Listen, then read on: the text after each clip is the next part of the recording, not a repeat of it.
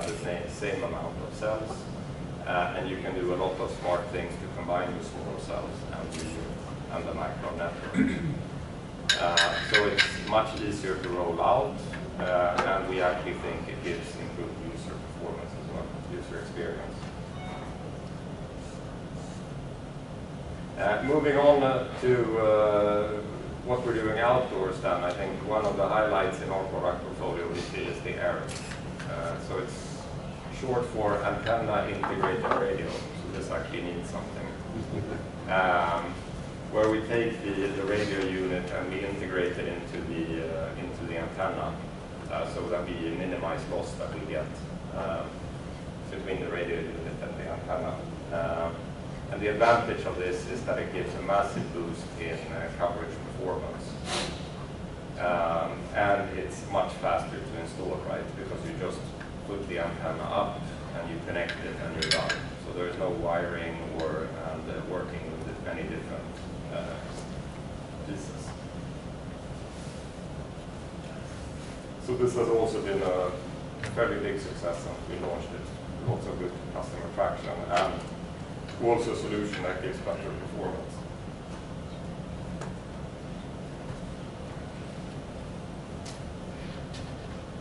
So all in all then, what we feel we have in radio is the most complete portfolio in the industry. Ranging from indoor solutions to outdoor solutions to the Pico solutions, the micro solutions, and we have the dot here, you can barely see it, the air product. And looking under the hood of our radio portfolio, it is a very modular system when you look at hardware and the chipsets and all of these different things that we're using. And it's the same software across the full range.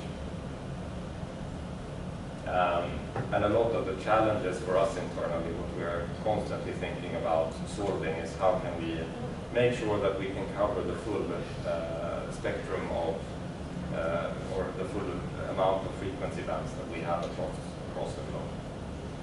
So we're working a lot internally in Ericsson with the lean methodologies. How can we reduce the time from the decision to having the product out in market? And we feel it's also a competitive advantage. The company that is the best at doing this will continue to be the leader. So we see it as one of our key strengths. So when we think about radio evolution internally, it's about covering all the standards and Wi-Fi and being the driver in the industry when it comes to defining and standardizing 5G. It's about covering all types of scenarios out there, be it outdoor, in-building, enterprise scenarios, consumer scenarios eventually. Being able to cater for all the new traffic that's coming, all new types of devices that are coming, continuing with the same reliability, having the fastest products in the market, the best performing products, being the leader in energy efficiency, lowest latency, etc. So the full package.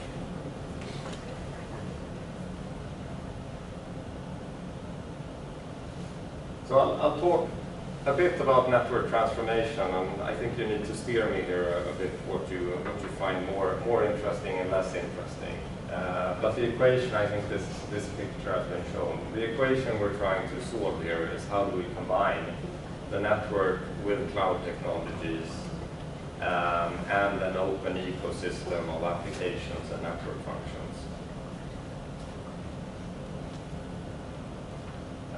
And when we think about what's needed to do that, we need to work with end-to-end performance. We need to distribute what makes sense to distribute. We think service provider SDN is a key component to how you actually combine all of these assets. We need to think about how do you work with your sites, how do you migrate to your central offices you have today, how do you do OSS and network management on top of this system, which looks very different from what we have today, and how do you guarantee telecom grade across this. And a key component of this, and I think we mentioned it a couple of times today, is actually the services and the consulting part of this. Because in a way, as we are starting to introduce these types of technologies, we're introducing more complexity into the networks of the operators, because they still have their old networks and they're adding things.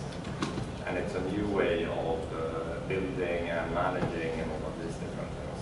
So it's extremely important for operators to have a clear plan for how they actually transition from one to the other. And it's a lot of work around changing processes and how you operate internally and working with sites, etc. So the technology alone does not give a lot of benefit for the operators. First, when you start to actually change how you work with this. And finally, then world-leading applications. So continuing with the applications that we provide today, adding applications, and then actually bringing in third-party applications into our portfolio as well to have a fully complete portfolio.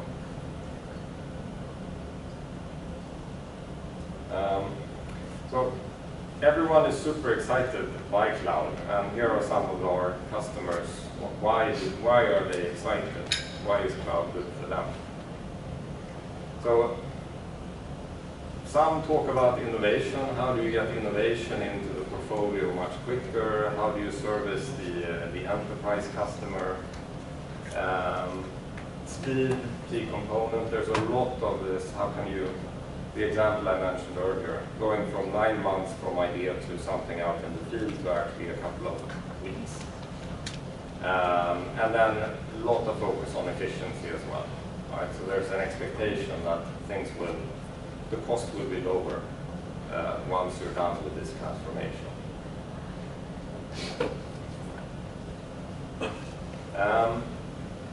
I won't talk so much about these layers because I think they've been covered, but the 3 different clouds that operators are very interested in, and we get different types of discussions with different customers. The first one is the telecom private cloud, so this is where all the network functions are run. So this is the packet core, the IMS, those types of things. So traditional telecom networks where we're changing the way we are delivering and running these applications. Second cloud is the operator IT private cloud. And this for the operator, this is typically where they have hundreds of different applications running on different systems, and it's extremely hard for them to manage that. And they typically have many different vendors here, and they have lots of different vendors underneath in the network, and they have different solutions for that. And they do a lot of IT on top of that to try to get something they can manage. And then finally, what many operators are asking us for as well is this operator public cloud. What type of cloud services can we deliver to enterprise customers, and how can Ericsson help? So the scenario where companies up to maybe 1,000 people, they don't need an IT department anymore. They don't need a PDX anymore. They buy everything from an operator. So the infrastructure as a service, all the productivity tools that are needed, etc. And I think this one is also very different market by market. It's not a new idea, right, to help enterprise customers transform their IT operations. So in a lot of European countries, operators today, they might have 5–10% market share of that existing market. But it's hard to argue that fundamentally operators should be extremely successful in that market, because they have the voice and the data relationship already. They've served the customer for a long time. It should be easy to add on these types of services and have smooth billing and all of these different things. It's a little bit of a different situation in many of the more emerging markets, where operators don't have the same competition from local IT players. So if you talk about India, China, Indonesia, these types of countries, it's not as mature, but I think it's even more of a a good fit with the operators. And I think key part, we mentioned it a bit today, that the global services part of this, so what we bring to the table to actually transform the network and build new types of businesses in these areas is a key component, where we feel we have the most capabilities of anyone out there, basically.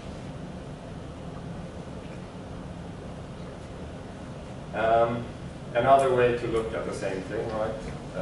What we are shooting for, starting more with the hardware and platform side, is a complete portfolio from access through transport and IP to the data center with a full-blown solution that can cater to all customer needs. We might not build all of these things ourselves. We'll probably do more partnering than we've done historically.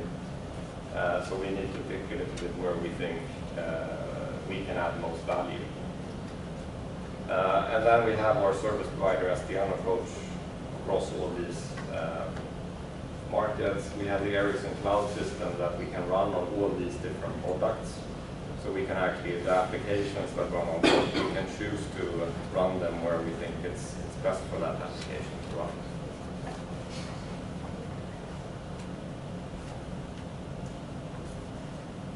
Any more questions on cloud and NFV?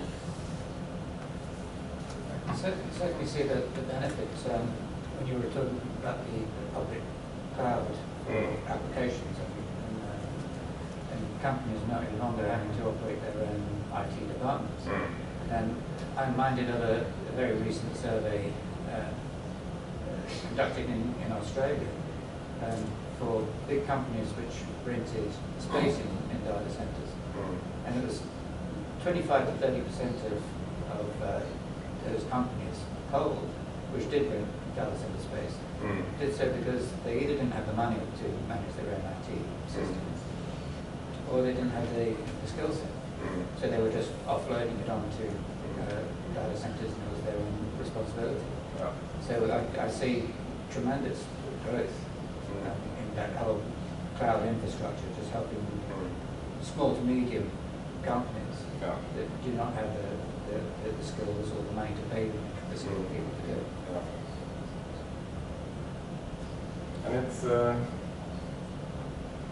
for operators, the main challenge is not the technology part of this. You don't even need cloud technology to offer that type of service, right? Outsourcing type services. I think the key challenge so far for operators have been more on the commercial side. How do you build the capabilities that you need to offer that type of service? How do you price it? How do you go to market with that? So I think it's been more of a commercial challenge actually than a technical challenge.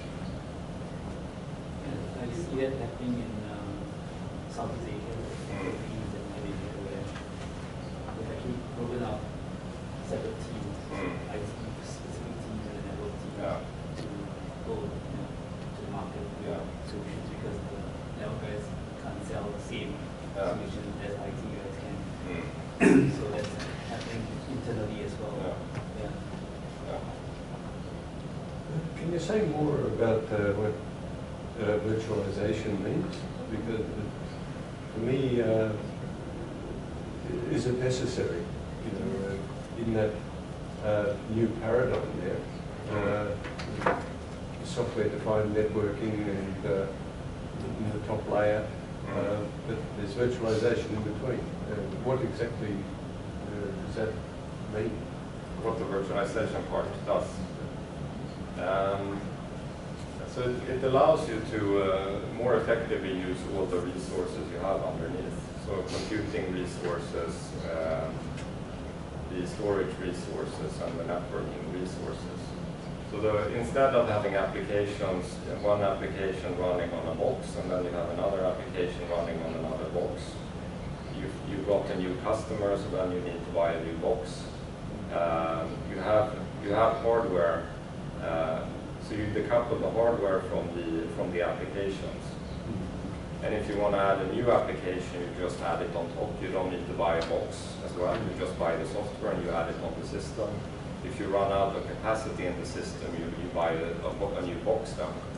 So you separate the two, and it's much easier to upgrade and provision and all of these different things. Some of these models here for the applications might be that you buy a certain number of contracts or subscriptions for a service. So it's a much faster way to upgrade and increase capacity, and it's also more efficient because in theory you should get a much more even load on all your infrastructure. Could you maybe toggle back to the previous slide and maybe the other diagram? You had another diagram where you had all the portfolio. That's there. So which of those elements get virtualized, I guess, is when you see the access, IP Metro, Core, and IP Edge, data center, is all that virtualized for the most part? Yeah, so there are two things that get virtualized here. One is all these applications are virtualized, and then the Ericsson, and they're all virtualized and run on the Ericsson cloud system. So as long as you have x86 support physically in these boxes, you can move the applications around wherever you want. Then I think in the transport layer we are moving towards virtualizing the IP software also. So that it might run on dedicated ASICs and it might run on normal data center compute as well. You had a slide this morning that talked about three different, or Ulf had a slide that talked about three different innovations: the DOT, and then a cloud blade server, and a Ericsson chip. Where do those two technologies fit into this virtualization, the chip and the blade server? So the chip is in the SSR product, Smart Services Router, and the Ericsson Cloud system. So I think what he showed was more the compute board, right? But the Ericsson Cloud system is the full stack of Cloud Manager, we call it the Ericsson. Sorry, we have so many acronyms. Cloud Execution Environment, the Ericsson Cloud Execution Environment, which is our virtualization layer based on OpenStack. And then we have our own compute solution, but we have partner solutions as well. Storage, we don't have. Yeah, you call it cloud on a blade. And I didn't know, are you getting in the blade business, or will that be a standard 886? No, we are in the blade business today. Manufacturing your own? Sure, yeah. And we've been doing that for years. Right, so in all these products you see here, there are Ericsson blades in it. What kind of hypervisor do you use? So we use KVM. All over, yeah. So that's the whole point. Same all over. But aren't your carriers pushing you to go to non-proprietary hardware? So that, trying to understand what will happen to that blade. So, does it become a Dell or HP or whatever standard 86 type blade servers that are running in this virtualized environment, and that's where they being the carriers get the decrease in CapEx by moving to a cloud-based solution. Yeah. So basically each operator, they have their own preference, they have their own vision for what they want to build. If they want to work with HP, if they want to use all solution. But I think a lot of our software in the future, it will not only run on our own hardware, right? And that's a little bit, we haven't talked about it so much here, but I think the challenge for the industry and for operators is, as the product that used to be a node like this, and you have the software and the systems integration and everything, and you bought it from Ericsson. Now you've changed that product into something else. So you've changed it into different types of stacks, right? Where you have the application on top, and then you have virtualization layer, you have compute, you have storage, you have networking, and you might buy that from different vendors. And you get into this complexity then, if it doesn't work, who do you call? So Ericsson might be only providing a part of it, but then we might take ownership of the full stack, or we might not. So a lot of the pricing and commercials are changing in how this is packaged, and the SLAs that we provide, and who does the system integration, and doing pre-testing of our applications on others' hardware, etc., etc. So there's a massive amount of complexity there. And it's an area where we see customers going back and forth with it. Right? Early on, many of them, when NFV started, many operators were fairly gung-ho around, we just source the different components and then we run it ourselves. And the more they thought about it and experimented, the more they realized that it's pretty good to have someone to call when it doesn't work.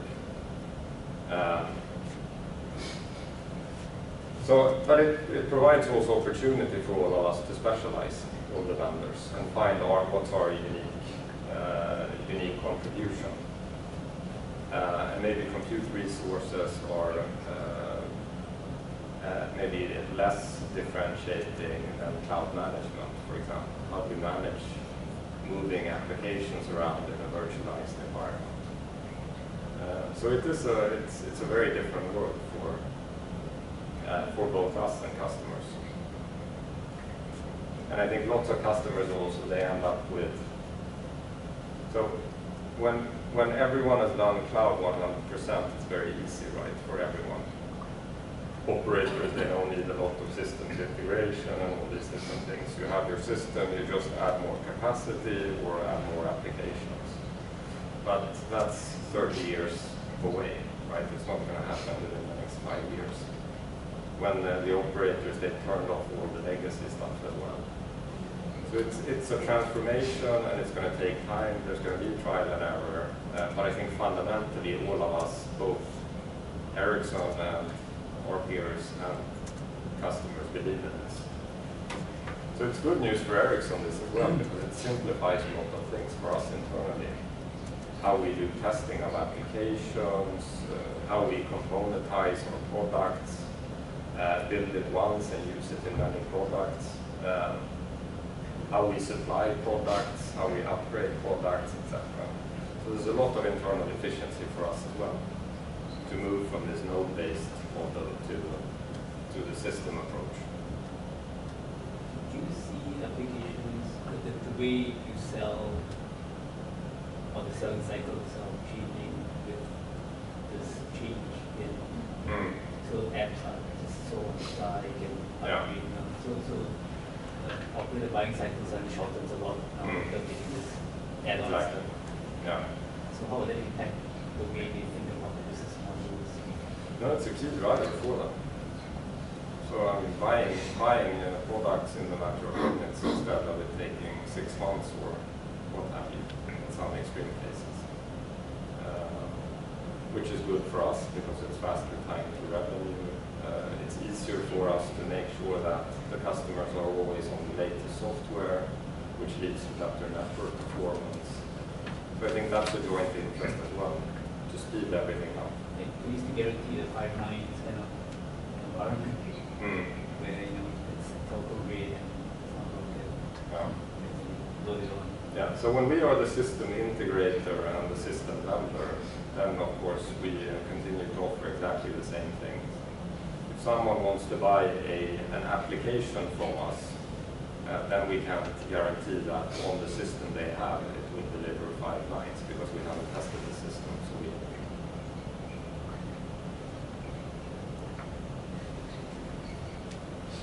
So I think operators will do trial and errors, and it's not like operators are building just one cloud. They're building several clouds, and they're testing, and they still want to have multi-vendor probably.